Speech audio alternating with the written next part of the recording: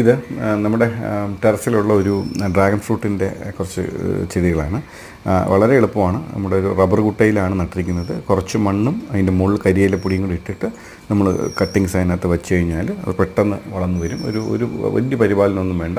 ഒരു വർഷം കഴിയുമ്പോഴത്തേക്കും പതുക്കെ അതിനകത്ത് പൂക്കൾ വന്നു തുടങ്ങും. ഭയങ്കര ഭംഗിയാണ് പൂ കാണാനായിട്ട്. പാരിജാത പൂ പോലിരിക്കും. പൂ വന്നു കഴിഞ്ഞാൽ ഇതുപോലെ കായ വരും.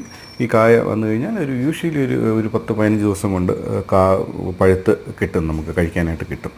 വളമായിട്ട് നമ്മൾ എല്ലുപൊടി, ചാണകപ്പൊടി, വേപ്പം ഉണ്ടാക്കും. ഇത് ഈക്വൽ ക്വാണ്ടിറ്റി അല്ല. ഒരു 10 കിലോ ചാണകത്തിന് 1 കിലോ വേപ്പം ഉണ്ടാക്കും, 1 കിലോ എല്ലുപൊടിയും കൂടെ മിക്സ് ചെയ്തിട്ടാണ് അത് എല്ലാ മാസവും ഒന്ന് അതിൻ്റെ മുട്ടിലിട്ട് കൊടുക്കാമെങ്കിൽ ഏറ്റവും നല്ലതാണ്.